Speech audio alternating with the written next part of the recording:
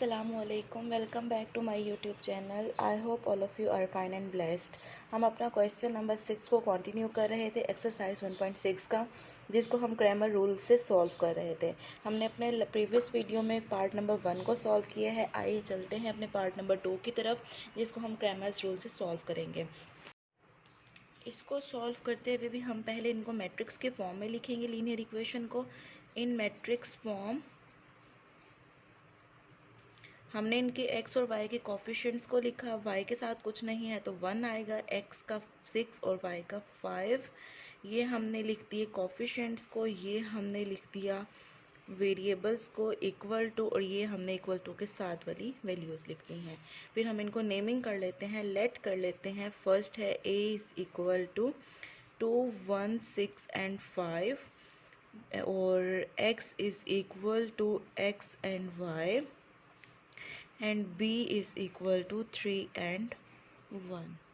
ठीक है, अब हम क्या करते हैं, एज वी नो दैट, ये हमें पता है और हमने इनको याद रखना है। a और सबस्क्रिप्ट में लिखेंगे x का डिटर्मिनेंट डिवाइडेड बाय a का डिटर्मिनेंट, एंड y की वैल्यू फाइंड करने के लिए a y का डिटर्मिनेंट डिवाइडेड बाय a का डिटर्मिनेंट।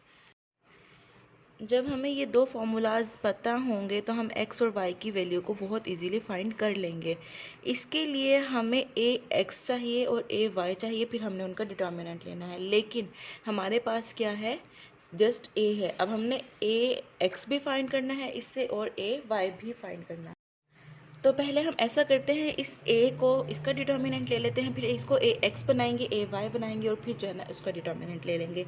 तो उसके लिए हमें a वो है हमारे पास 2, 1, 6 एंड 5। इसका जब हम डिटर्मिनेंट लेंगे 2, 1, 6 एंड 5, जब हम डायगनल एलिमेंट्स को मल्टीप्लाई कर देंगे, 2 multiply by 5 minus 6 multiply by 1, ये हो जाएगा 2 5 are 10 minus 6। It means that जो a का डिटर्मिनेंट आया है वो 4 आया है। a का डिटर्मिनेंट हमारे पास क्या आया है, 4 आया है। अब हमारे पास a की जो वैल्यू थी वो थी 2, 1, 6 एंड 5। तो अब हमने इसको a का सबस्क्रिप्ट फाइंड करना है, ax फाइंड करना है। इसमें हमने क्या करना होता है, जो x वाली वैल्यूज़ होती है ना, उसको हमने b वाली वैल्यूज़ से रिप्लेस कर देना होता है।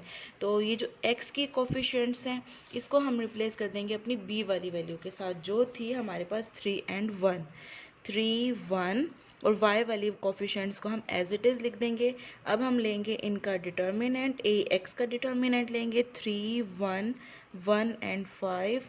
जब हमने डायगनल एलिमेंट्स को मल्टीप्लाई किया, -1 मल्टीप्लाई बाय 1, 3 5 15 माइनस 1, वो हो जाएगा 14।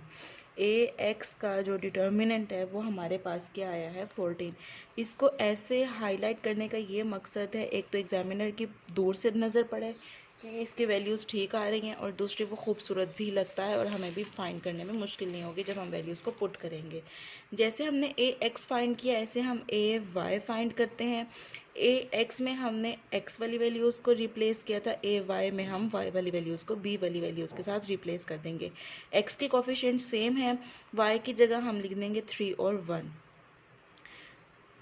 2 1s are -3 multiply by 6, 2 1s are 2 minus 18, ये हो जाएगा माइनस का 16। ay आ जाएगा माइनस का 16।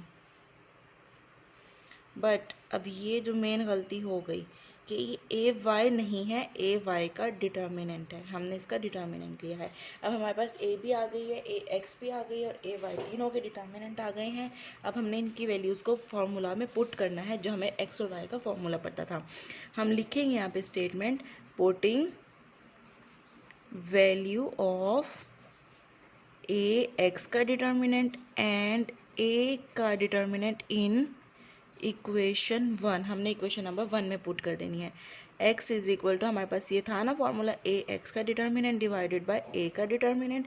x is equal to ax का डिटर्मिनेंट हमारे पास 14 आया है, और a का डिटर्मिनेंट हमारे पास 4 आया था, वो भी प्लस का। तो 14 डिवाइडेड बाय 4 ये हो जाएगा 2 2 ज़ार 4 2 7 ज़ार 14 मीन्स दैट x की वैल्यू हमारे पास आई है 7/2। ठीक है, अब हम y की वैल्यू फाइंड करते हैं। Putting value of A y determinant and a determinant in equation 2। Equation 2 हमारे पास ये है, तो हमारे पास y का जो डिटर्मिनेंट आया था वो आया था -16 और a का डिटर्मिनेंट हमारे पास आया था 4। तो ये हो जाएगा 4 1 ज़ार 4 4 4 ज़ार 16, y की वैल्यू क्या आ जाएगी -4। तो x is equal to 7/2 and y is equal to -4। So solution set is equal to x की वैल्यू +7/2 -4 ब्रैकेट क्लोज। इस तरह हमारा पार्ट नंबर 2 पार्ट है। 4x + 2y is equal to 8, 3x - y is equal to -1। हमने इसको भी Cramer's rule के साथ सॉल्व करना है। हम वही स्टेप करेंगे, हम इन लीनियर इक्वेशन को मैट्रिक्स फॉर्म में लिखेंगे। इन matrix form 4 2 3 and -1 because y के साथ माइनस का साइन है लेकिन वैल्यू कुछ भी नहीं है, इट मीन्स दैट माइनस का 1 आ जाएगा। 8 और -1 और हमने इनको लेट कर लिया है। Let a is equal to 4 2 3 -1 है। x जो है वो x और y के बराबर है और b जो है वो 8 और -1 के बराबर है। फिर एज वी नो दैट, क्या हम जानते हैं, as we know that x is equal to A X का डिटर्मिनेंट डिवाइडेड बाय a का determinant and y is equal to A Y का डिटर्मिनेंट और a का डिटर्मिनेंट। ये तीन बातें हैं इस क्वेश्चन में जो हमें याद रखनी है। एक तो हमारे पास यही x का फॉर्मूला, x की वैल्यू फाइंड करने का फॉर्मूला, दूसरा y की वैल्यू फाइंड करने का फॉर्मूला, और बाकी जो है ना जो बात है वो मैं फर्दर आपको प्रोसीड करूँगी तो बताऊँगी। तो अब हम क्या करते हैं, हमारे पास a भी पता है, उसका हम डिटर्मिनेंट निकाल लेते हैं। अब ax और ay फाइंड करते हैं। As a is equal to, जैसे हमें पता है a हमारे पास था 4 2 3 एंड -1। जब हम इसका डिटर्मिनेंट लेंगे 4 2 3 एंड -1 का determinant 4 multiply -1 -2 multiply by 3 -4 -6, a का डिटर्मिनेंट हमारे पास आ जाएगा -10। ठीक है,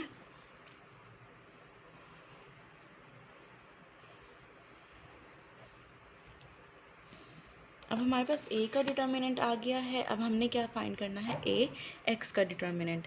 a x हम पहले फाइंड करेंगे। इसमें जो तीसरी बात याद रखने वाली है कि जो a की वैल्यू है इनमें से हम a x भी निकालेंगे और a y भी निकालेंगे।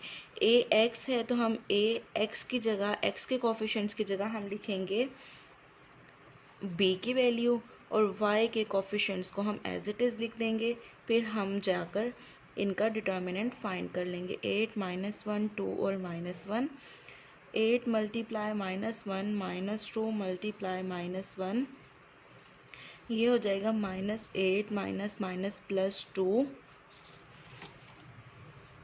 और ये हो जाएगा -6। It means that a x का डिटर्मिनेंट हमारे पास क्या आया है, -6 आया है।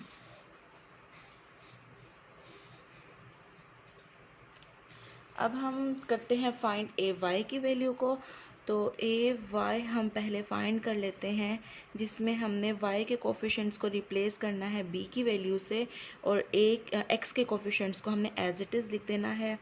ए वाई का जब हम डिटर्मिनेंट फाइंड करेंगे 4 मल्टीप्लाई -1 -8 मल्टीप्लाई बाई 3, ये हो जाएगा -4 -24 और ये हो जाएगा -28।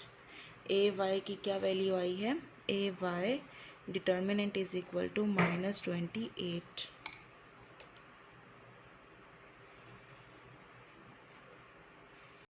हमने क्या कर लेना है, putting the value of A x and A का determinant in equation number 1। Equation number 1 हमारे पास ये है, ए एक्स की वैल्यू हमारे पास आई है -6 और ए का डिटर्मिनेंट हमारे पास आया है -10।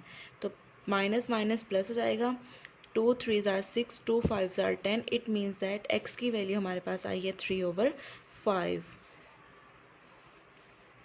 इसी तरह हम लिखेंगे putting value of A y determinant and A का डिटर्मिनेंट इन इक्वेशन नंबर 2। वो है हमारे पास y is equal to A Y का डिटर्मिनेंट डिवाइडेड बाय ए का डिटर्मिनेंट। अब हमारे पास ए वाई की वैल्यू आई है माइनस का 28 और ए की वैल्यू हमारे पास है -10। माइनस माइनस प्लस, 2 5 ज़ार 10, 2 1 ज़ार 2, 2 4 ज़ार 8। तो y की वैल्यू हमारे पास आ गई है 14/5।